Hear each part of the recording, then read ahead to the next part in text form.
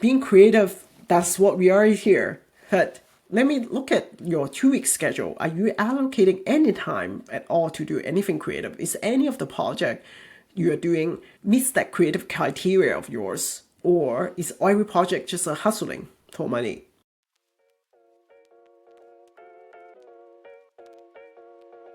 We live in a time that holding down one job title for a whole career is not possible anymore. At some point of our journey, we can expect a career reinvention is going to happen. So how do we embrace that? What does it take for us to navigate a career reinvention mindfully and sometimes even proactively? On this season of the Everyday Talent podcast, we are talking about tales of reinvention. Tune in as we dive into this topic with fellow creatives and experts. Welcome to the Everyday Talent podcast. This is your go-to podcast for the most honest look into all things creative career related. I'm your host, Betty. I'm a creative, a nonprofit consultant, and a career and business coach for creative people just like you. Hello, everyone. Welcome back to another episode of the Everyday Talent podcast. I'm Betty. By the time that you hear about this episode, we're already entering June 2024. Wow, time truly flies. How are we in the middle of the year already?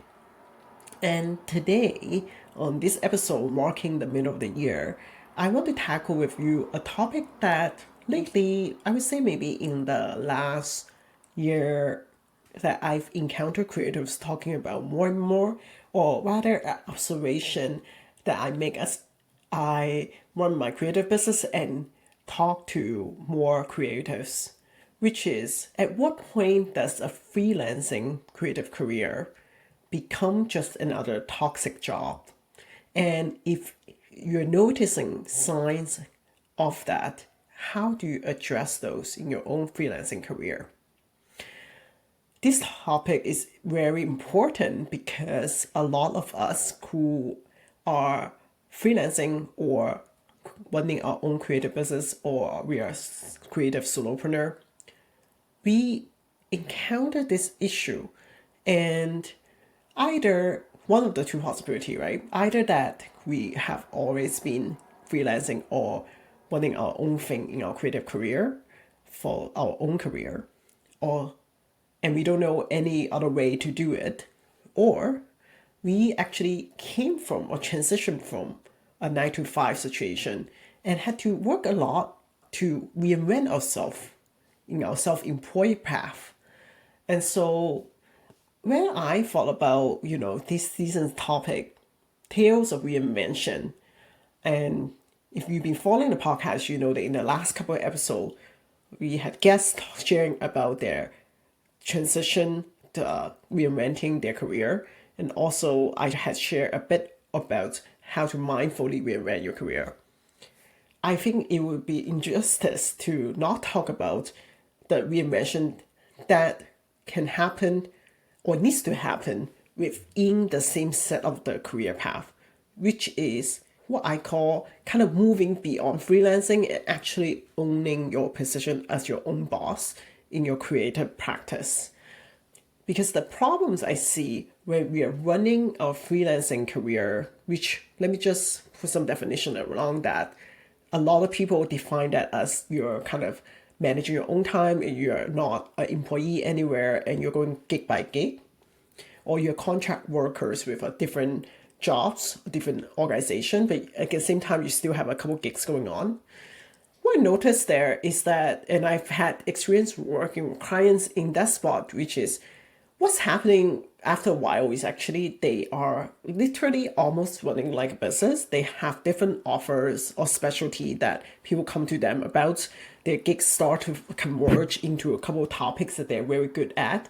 However, the mindset is still a freelancing or gig economy kind of mindset. I'm just going to get a gig here, I'm going to get a gig there. And what happens then, and we'll dive into that in a second, is that because of the lack of intentional structure and growth strategies and allocation of time to certain things that inevitably will happen when you're managing oneself, the freelancing career becomes just another toxic job and is in need for a shakeup or reinvention of some kind. So that's what we're going to dive into that today. And what we'll do is that we'll dive into like what are some key signs that when you notice if this, like check, if you notice these signs, probably your freelancing career is turning just into another toxic job. And then I'm going to talk a little bit more about how to address each of those, both on the strategy front and the mindset. And before we go there though, I do want to say to you, I'm aware that if you're listening to this episode, if you're interested in this episode, chances are one of the two things. One, you're considering to go freelance and your current career setup, which I assume is a job, is not satisfying. And you want to know, like you're one of those people who want to know what to expect once you embody or embrace the freelance path. Second is that you are already currently noticing some signs that you suspect your current freelancing path is turning into just another toxic job. Either of those situations is not a great spot to be in. I recognize that. I see you. I also want to recognize actually especially hard coming from a place that you are not satisfied from your full-time job and then transition to freelance and then realize that the freelancing path is actually, if not equally or even more engaging than a 9-to-5 setup. I had a first-hand experience in that when I first dipped my toes into freelancing.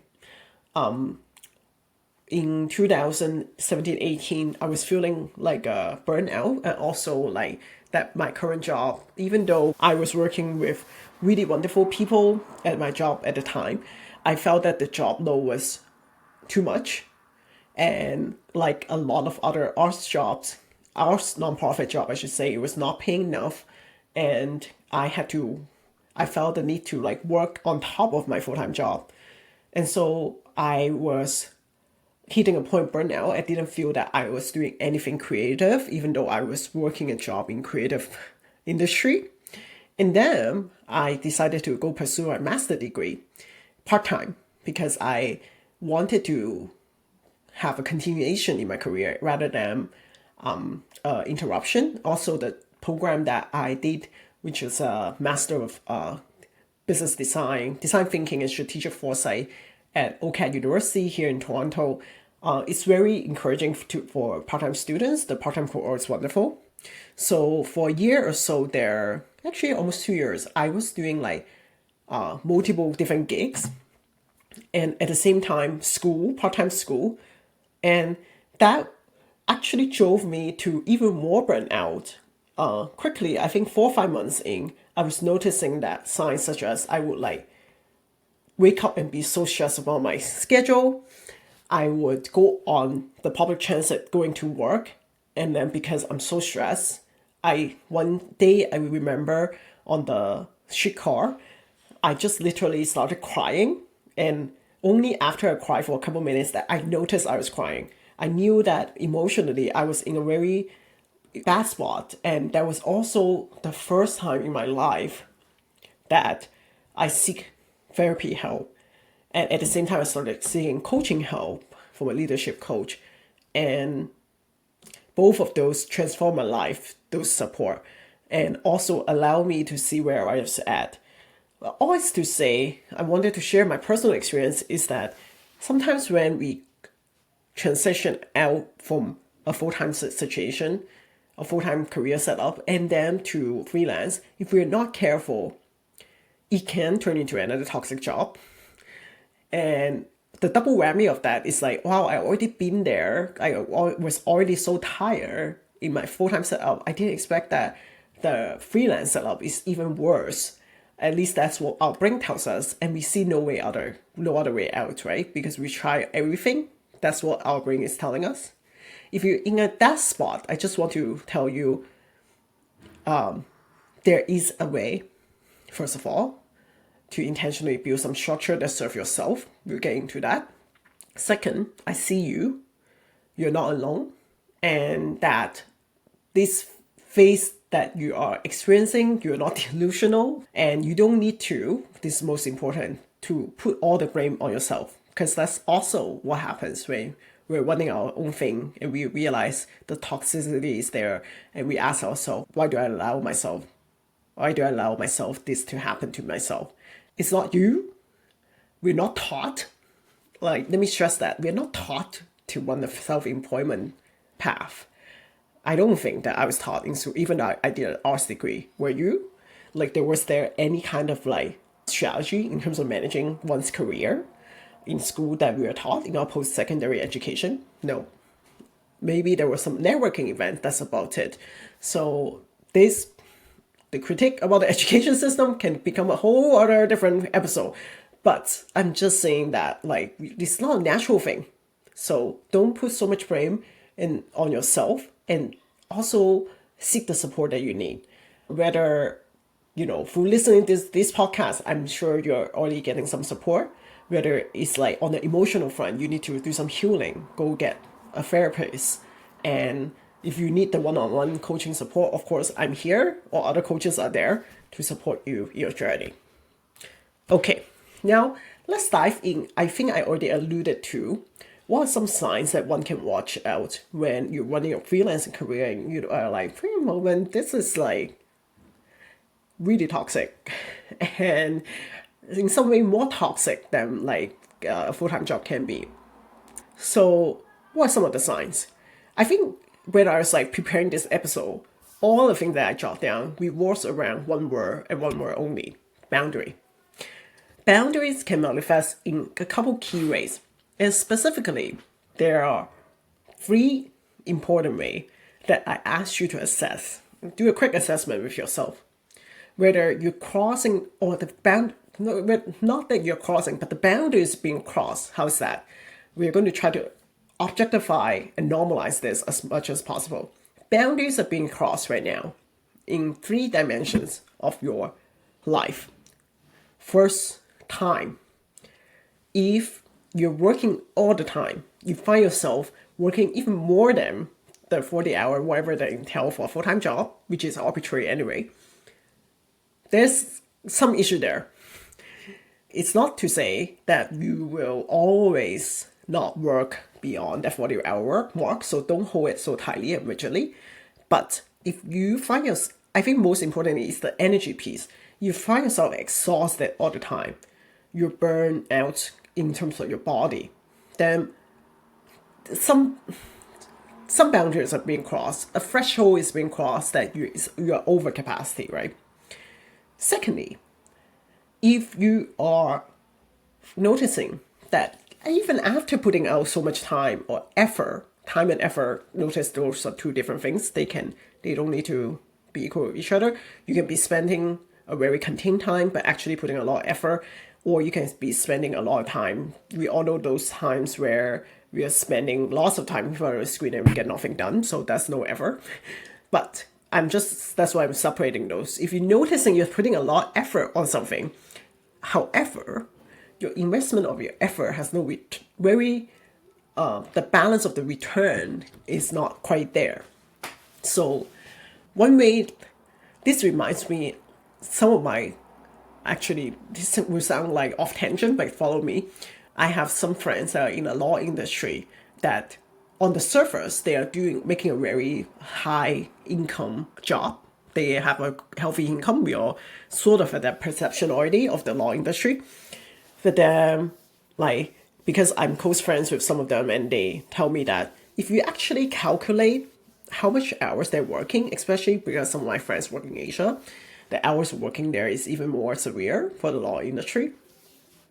If you calculate how many hours they're working and you break down their annual revenue, they will be shocked how basically their hourly rates is nothing. Is probably so much lower than what everybody expect. So right there we have an example. I promise this is related, right? This is a good example to how we assess if we are okay, wow, we're putting so many hours, and actually those hours are all hard work, and the return, essentially profits or impact, are not worthwhile. you're feeling that the boundaries of that is being crossed, or like you're constantly, I have clients that in that spot, you're constantly asked to be racing to the bottom, where you feel the pressure to get those work, but you know that your worth is more than that. However, you don't want to increase your price because you actually in the same standard are like, you get a sense that other people also competing for those same gigs, so you're not actually asking your right price. So this second piece about effort and return on investment is more about the financial piece, but also noticing like whether your perception of your worth is not matching up with how you're being paid. So there's a boundary being crossed there, right? About your self-worth and your value. Like in here, what I mean is like the value that you bring to the table and what you're getting in return. The third boundary being crossed is the boundary of your emotional or just holistic well-being. But specifically, I'm talking about how, how there are certain jobs that where, at least that's what we imagine, a healthy job should be that you go to work, you end work, hopefully in a like good state, and then you go home and you don't think about work.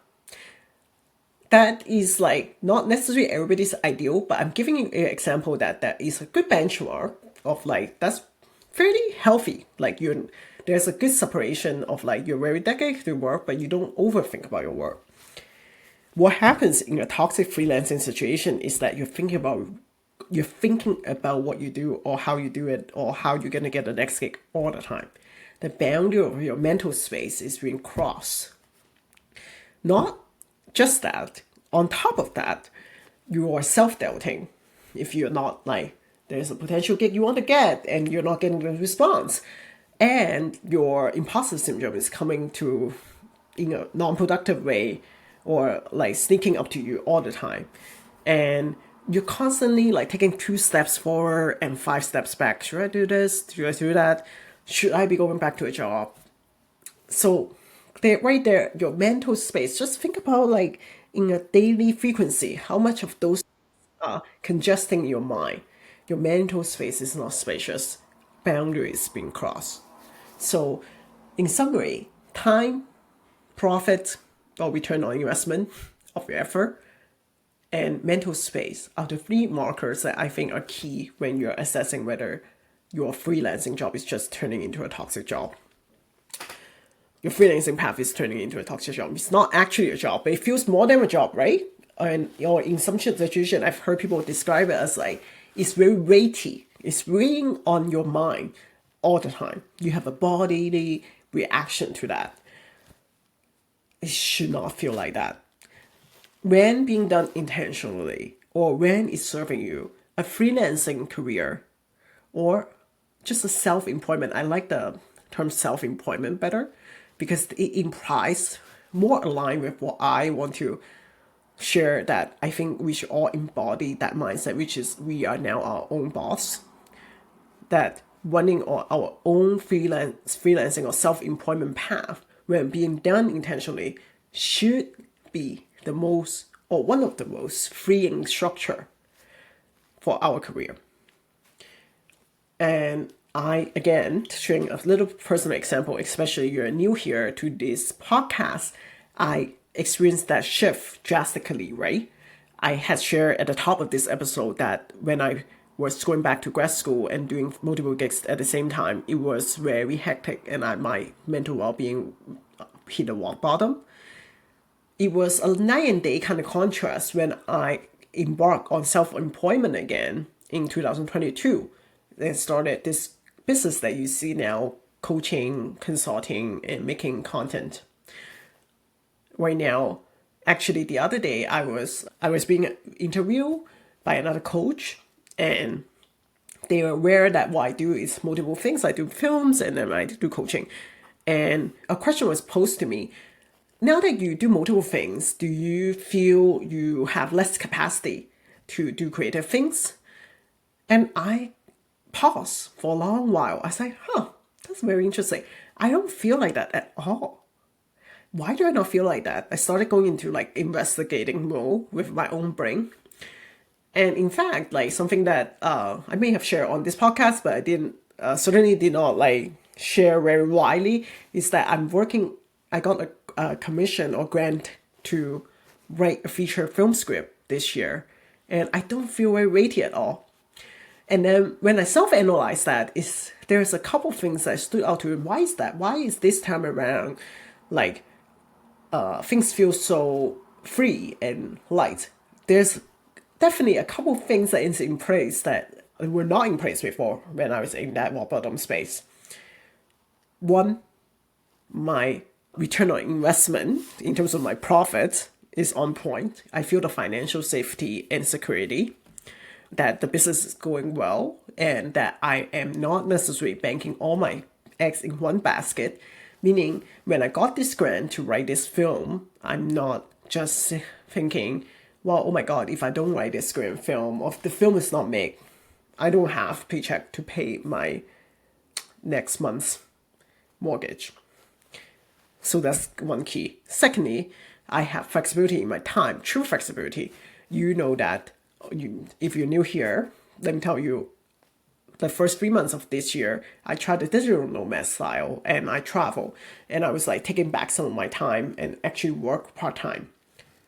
And that trip, like I did this once, I did like a 1 month break once in 2022, 2023. I planned for this like big trip.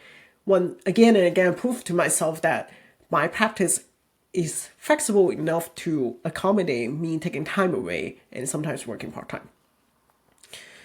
3, I'm not constantly thinking about this. Like, I mean, like even like trying to go travel and working part-time already proved that, because I was so busy traveling, I was barely thinking about certain things about my own career. And then even coming back, like, yes, there are certain things I'm paying attention to more because I've been taking a break. But I'm not like stressing about it. And so in general, my nervous system is much calmer around my work. And because my nervous system is much calmer, I'm able to have that space mentally, time-wise, and have a cushion room in my finance, to create an experiment. So using that personal example, you can see that those 3 dimensions, 3 anchors that I shared, that when the boundaries are being crossed, your freelance career would feel like and just another toxic job. If you flip that around, when those 3 things are being managed well, your freelance career is one of the most freeing structure in your career. Let me dive into them. What are some of the tips and tricks that I encourage you to embody, or also see whether it can adopt well in your own practice? I should say that no one method is universal. Everything is very tailored, and that's the magic of like creating your own creative business or self-employed practice. And so some of these tips, I'm trusting that as you listen, that you are also taking it with a grain of salt. Does this actually apply to my practice? And of course, here's a prop. If you do want it to be very, very tailored, and we'll do a design looking at all of these dimensions in your practice, I do have a one-on-one coaching program that supports creatives to do just that. I have a program specifically for self-employed creatives. And in a 1 month intensive, we'll look at all of these dimensions, looking at your pricing structure, how you manage your time, what are the different avenues of your revenue streams to boost your self-employment practice so that you're moving beyond aimlessly freelancing. So check that program out on my website. And also, if you have any questions, I encourage you to book a free consult call with me. And on the call, we'll assess whether this is a fit for you. You can tell me more about your needs, and we'll tailor a solution for you. Okay, so coming back to some of the tips and things that I've seen working, and I want to share with you, and you can assess whether it applies to you. Let's start one by one with all the 3 dimensions. Time. Managing time. I think when we think about managing time, our brain automatically goes to a micro space, how you managing time in a day-to-day or in a week-to-week space. And I certainly have covered some of that on this podcast as well.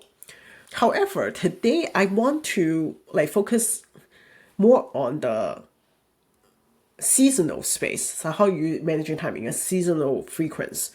But before I go there, I do have a tip for you in the day-to-day kind of structure, which is, do you have a working hours set for yourself? I ask that because if we are not careful, first of all, maybe if working for our own self, no one is setting working hours for you. And I've said this many times, or alluded to anyway. Even to 9 to 5 structure that we are so used to, 9 to 5, 9 to 6, 8 to 6, whatever, those are arbitrary. They were arbitrarily created probably in the post-World War II world. And then everybody just had consensus that was the working hour. So I want to stress that because those arbitrary design things by a job, you can design it arbitrary too, or intentionally. But most of the time, when I see boundaries being crossed there, I am seeing that there was not working hours are not put in place intentionally. I have clients that have said to me that I'm literally working all the time. And when I break it down, wow, you're waking up and you go to work and you end your night by working. So start there and looking at what is your working hours. And I mean, you can communicate this to yourself, mostly important to yourself. And if you're someone who needs that external accountability, I will communicate this hour to my clients. I work Monday to Thursday, 9 to 5. I work Monday to Thursday. When I was in Asia, I was working Monday to Thursday, Eastern time, Toronto time. Their hours of 7 a.m. to 12. And beyond that, I'm not working. I was communicated to people so that there is somewhat accountability to hold up together, but also clear communication. Okay, so that's all I would say today about the micro working, managing time day to day. But what I want to stress more is that time is actually related to how we see the different avenues in our practice and what we are seeing, how we're seeing it, the priority, how we're prioritizing between those projects or links. What I mean by that is that when we are thinking about, imagine you're walking into an organization today and you ask them, what are your top 3 priorities this season or this quarter? And they answer you, well, we're just going to grow everything. We're going to grow our marketing. We're going to grow our sales. We're going to grow. It's a period of massive growth. Even saying that out loud, what do you feel about that? If a company keeps answering that way, every single quarter, the priorities is absolutely everything. Saying that everything will grow and everything will be busy is kind of like saying we don't have the strategies in place. We don't know what our growth strategy is. We don't care about our people. That's probably a red flag if we are looking for a job, by the way. So if we can agree on that, let's backcast that onto yourself. If I ask you that same question, what's your top 3 priorities this season in your freelancing career? And you're like, well, I want growth in everything.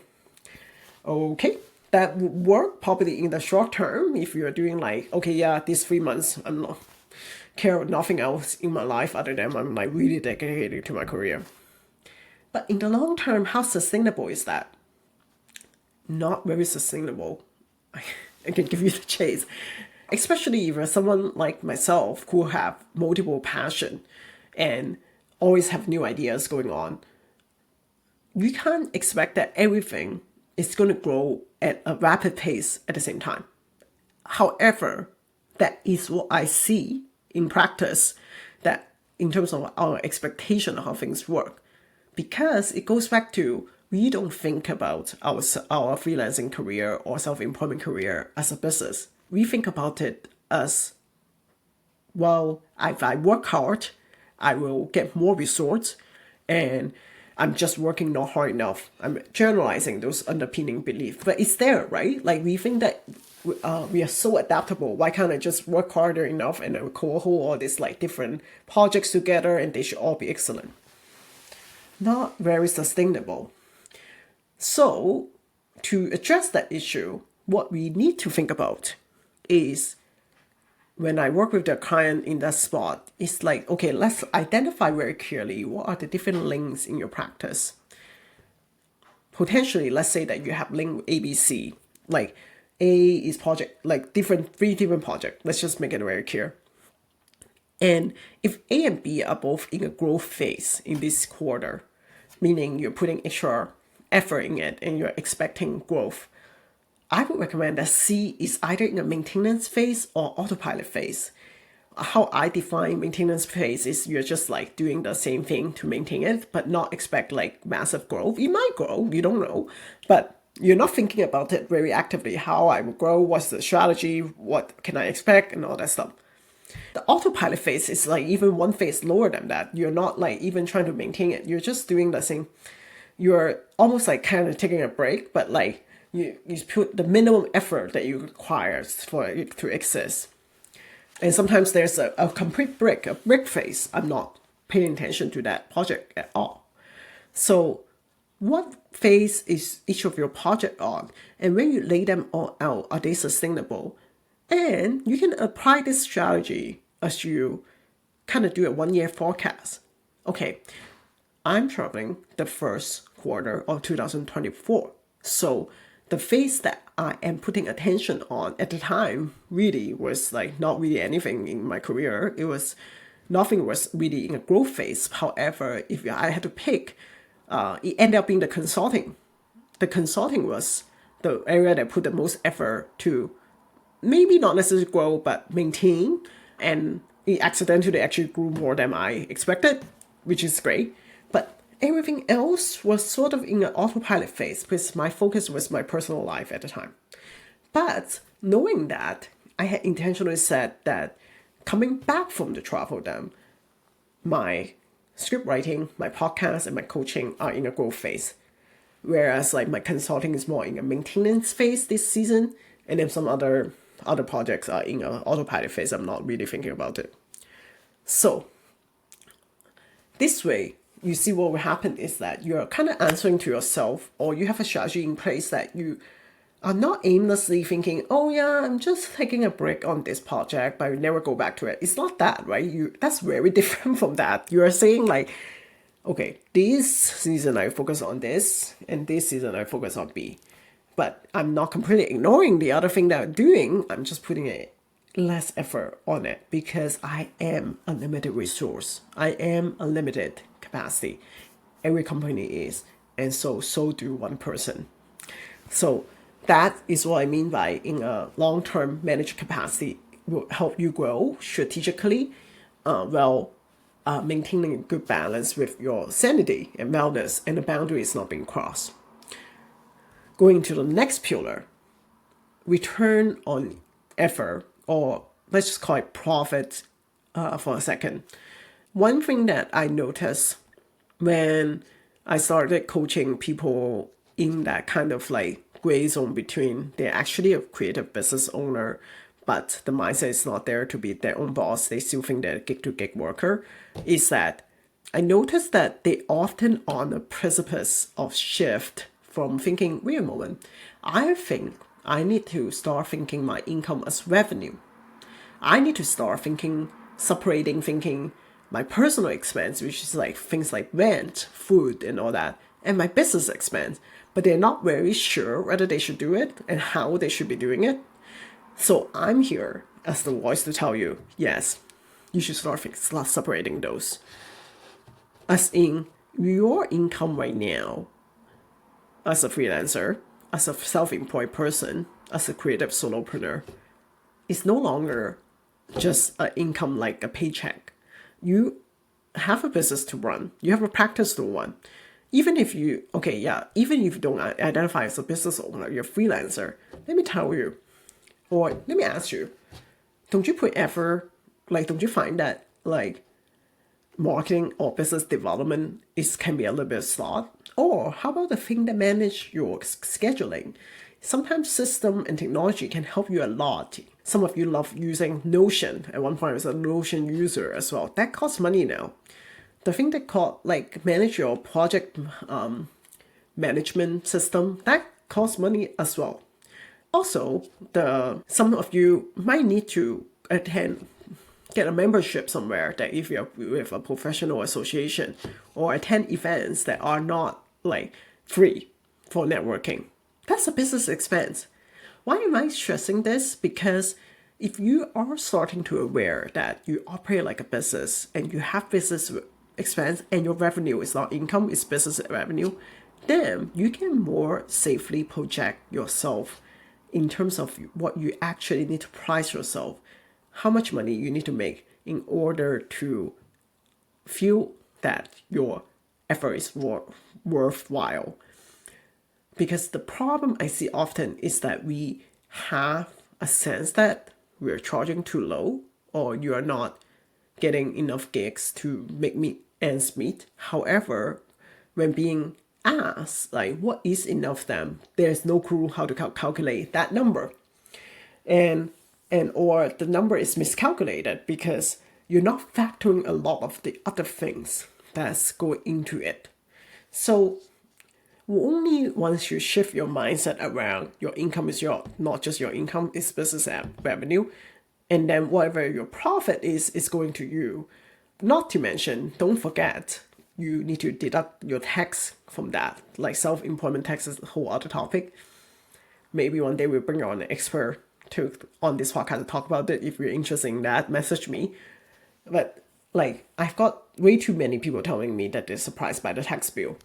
That to me is a sign that you did not consider your revenue, business revenue, and you did not then allocate expense or expected expense in your practice. So you definitely need to consider those things, and only when you consider those things, you can do the reverse calculation. Okay, if in a quarter, this is like kind of expense that will support me to grow my practice. For example, technology, or maybe I need to hire a virtual assistant to help me with this and that. And then these are my personal expense to cover that, like, you need this amount. And then if I need to like have a saving of this amount in order for me to reach my future goal and feel good, what does that all add up? And then backcast to what you do, where your income generating kind of like streams. How are each of them matching up to your goal right now, financial goal, what I mean is. And if not, is there room for asking the price, increase the price for each of them, or turning hourly rates into like project-based rates or retainer rates? That whole thing about turning hourly rate into project rate or retainer rate, I did a whole episode on that. So I definitely recommend you to refer to that episode. In fact, we can include a show note of that in here. That episode alone has helped so many of the audience and clients, and they give me feedback about like, yeah, thinking about my pricing differently will boost up my revenue. So that's some of the quick tips I have in terms of managing the boundary with your return on your profit, which is like the return on your effort. And like some areas that I definitely encourage you to think about as you grow your practice is like business development sometimes costs money. Marketing sometimes costs money. I mean, like right now, this very podcast that you're listening to costs me money. It doesn't have a sponsor. No one is paying for it other than me. I see it as a way to establish my brand, connect with other creators, and build my thought leadership. So that, in the traditional sense of business expense, it will be marketing expense. So think about all those things as you like start to embrace that identity as a boss of yourself. Last but not least, the boundary being crossed in your mental space. This piece to address that really is about setting up your own working culture. When you go work in a 9-to-5 job or a job in general, I know that a lot of you are interested in knowing the values and culture of that organization. So turning the table around and asking yourself, now that you're your own boss, what is the work culture that you're trying to set up? What's the climate that you're holding for yourself, or potentially in the future holding for your contractors or employees if you grow your business to have a team? And Then, how are those values and culture translated into actual practice? So some of the common thing that I hear when I hear really value-driven creatives, they set up their own practice. Some of the common values I hear are like, for example, well-being centric, really care about people, people-centric, creative, that you're continuously doing creative things, curiosity-led, being able to have this room to explore, collaboration, like collaborating with other people. Let's just stop there and pick those four as an example. Okay, if that's the culture that you're setting for your own company, your own practice to have, then let's assess that one by one. Well-being centric, how is that reflecting in the way that you operate your freelancing career? If you're not allocating a fund for your well-being, like some budget for your well-being, then maybe you're not doing that. If you're not allocating time for your well-being, do you have well-being hour in your working hour? Within your working hour, not just outside. Then how are you celebrating that well-being centricness? Creative, being creative, that's what we are here. But let me look at your 2-week schedule. Are you allocating any time at all to do anything creative? Is any of the project you are doing meets that creative criteria of yours? And or is every project just a hustling for money? If you're not doing that, then you're not leaving any creative space, then you can't really say that you're holding that culture. You see the pattern I'm going here, right?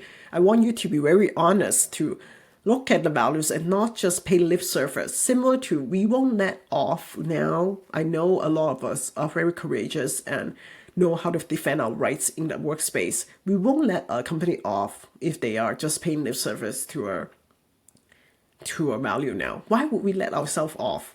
So going through the list again, curiosity-led, what does that mean? I know what it means in terms of the word. I think I have a personal interpretation of that, what that means for myself. But how does that translate in your practice? Maybe it means that once a week or once every year, I have room to learn something that's seemingly not related to my main practice, something that completely just led by my curiosity. Maybe that means that monthly I'm taking out people for coffee that has no seeming strategic means why they are connected to my business. Maybe I'm like a travel-oriented person, certainly I am. I find the travel really inspiring, and I always prioritize having that on year-to-year basis, and it's extended travel. So how does that translate in practicing? How does that culture and value translate in your practice? Assess that. Then last but not least, collaboration. How are you collaborating with people? How are you collaborating with people, especially if you're holding on to everything and feeling that you have to be good at everything? I'm really challenging you there, especially for those of us. I'm guilty as well. I can be guilty in that you feel like you have to do everything just because you run your own practice. But in actuality, there are ways that you need to seek help. And I also have a specific episode for that in a former episode on this podcast about helps that you need when you're a creative entrepreneur. So I'm pulling out these common values and that I hear from creators when they're doing their own practice, and asking you some challenging question of assessing whether that actually exists in your practice. Because if you have those foundational structure and practice and habit down, chances are you have a good working culture with yourself. And if you have a good working culture yourself, you're less likely to cross the boundary on all things: your time, your money, and how often you're talking back to yourself in terms of thinking around work all the time. So run your own practice like your own boss means you're setting up your own culture. No one else is setting up for you. And of course, it can evolve. That's the beauty of this. If your life needs change, and last season or last few years, it was about curiosity-led. I've spent so much time giving myself so much space to experiment. These few years, because my life changed, I have a actual or higher stake kind of financial goal I need to reach. Is less about that, and it's more about maximizing my profitability. That's totally okay. However, being not clear about what are those underpinning beliefs, operating principle, I would call them, is when what will get us into that muddle feeling that this is a very toxic job. Because if we break down that toxicity, it's usually because we're overwhelmed, we think too much about it, it's not paying enough, and we don't even know where we're heading. Ultimately, that last question really, ouch, right? Like, why are we doing this job, aka our own practice, if we don't know where we're heading and it feels so yucky? So, hopefully, these tips that I share today can help you to assess your own practice and make some quick changes in your practice and do some self-assessment. And I just want to end this episode to also say, if all these things that you've tried and you have really assessed, and the conclusion you come to, or you have a recurring thought that, oh, I still don't know whether any of these change would shift the freelancing career to the extent that I wanted, and I just keep having this thought that maybe I should go back to a job. I also want to, just at the end of this episode, tell you that you're not delusional. I have supported people who are in that spot that it's done for them. Like the time that they want to, and their life needs them to do self-employment is a specific time. And now the chapter has slowly moved on, and they're moving on to another chapter where they're different set of priorities, different set of needs, where having a job container working for a company will actually serve them better. And that is totally okay. I think we don't normalize that enough, because just similar to no one taught us how to do self-employment. No one taught us how to orient ourselves and make the right career decisions and not feel bad about that. You have done incredible things being your own entrepreneur and guide, and invent your own path.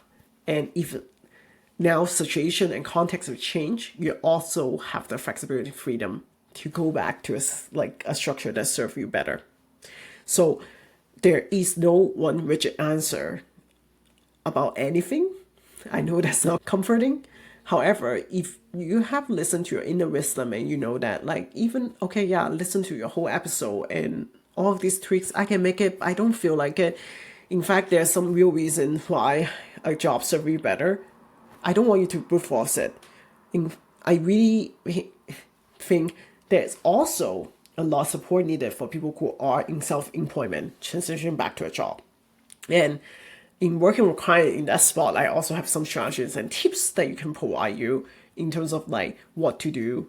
There's a lot of value that people who are in self-employment going back to a job bring. But however, sometimes they're so out of practice looking for a job, it feels like it's a lot. So if that's of interest, I will do another episode on that. Please message me. I would love to talk more about that. And message me your questions so that it can inspire me to just what are some of the questions on your mind if you're in that spot, so that I can curate a podcast episode for you. And of course, for that, I also have a one-on-one coaching program. And if you're interested in exploring that support, I have a 4-month program for the mindful reinvention, supporting people to make a significant transition from one career setup to another. So reach out to me for a free consult call if you're interested on some one-on-one tailored support. Thank you so much for listening today. I hope that this episode, if anything, I hope that one takeaway you have today is that at the end of the day, you have the agency. You might not have complete control and influence of absolutely everything that happens in your industry. And I know that right now, lots of industry, including the creative industry, is facing challenge, economic challenge, and all platitude of challenge. However, you still have the agency over certain things of how you set up your boundary, how you price yourself, what kinds of culture is important to you, and how you actually reflect that in your practice. And only when you're intentional about that foundational clarity or lately I've been loving that metaphor that is similar to, because my husband and I are looking to do renovation, bear with me. I think this metaphor lately really works with me. It's similar to when you are trying to do renovation of a house, maybe you never embark on that. This is certainly my first time feeling really adult. And then the contractor comes and be like, okay, yeah, you can tear down this wall, you can tear down that wall, you can tear down this cabinet. However, this structural wall in the middle of your house, that is what holds up the roof, you cannot touch it. And you go, oh, wow, I never thought that was so important. That's the kind of things that I want you to think about after today's episode. What are the structural integrity of your house, which is your own self-employment practice? Without that structural wall, your practice will feel like it's collapsing or feel very toxic. However, once you have set up those structural integrity, everything else is adding on it. It makes it beautiful, it makes it flourish. So we want to get to that structural integrity. So thank you so much for listening today. If you want to connect with me, again, I'm available on Instagram and LinkedIn. Always happy to hear your feedback on, especially this solo episode. It's always kind of I like to say, responding to signals and trends and what's out there that I want to share, what's emerging for creatives. And I think this topic is on top of mind lately for a lot of self-employed creators. So I'm always eager to hear your feedback. And if you love what you hear today, please follow the podcast if you haven't on any platform of your choice for listening to the podcast. And leave us a comment and review that will help boost the podcast and amplify its voice so that more creators can find this podcast and feel seen. May we all feel intentionality in our practice, whether it's self-employment practice or full-time practice. So I will see you next time on the Everyday Talent Podcast.